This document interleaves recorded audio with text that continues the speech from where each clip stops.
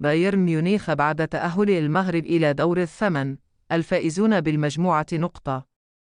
هنيئا لنصير مزراوي والمغرب. نشر الحساب الرسمي لنادي بايرن ميونخ الألماني. صورة للدولي المغربي نصير مزراوي بمناسبة تأهل المنتخب المغربي إلى الدور الثمن النهائي لكأس العالم قطر 2022.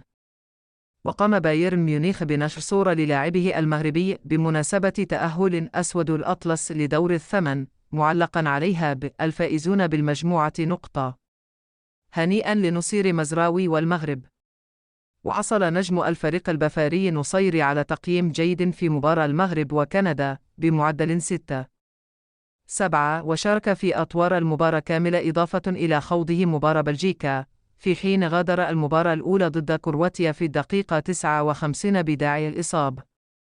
ويواجه المنتخب المغربي بعد تأهله إلى الدور الثمن النهائي كمتصد للمجموعة السادس منتخب إسبانيا وصيف المجموعة الخامس يوم الثلاثاء القادم على 4:00 عصرا بتوقيت غرينتش +1.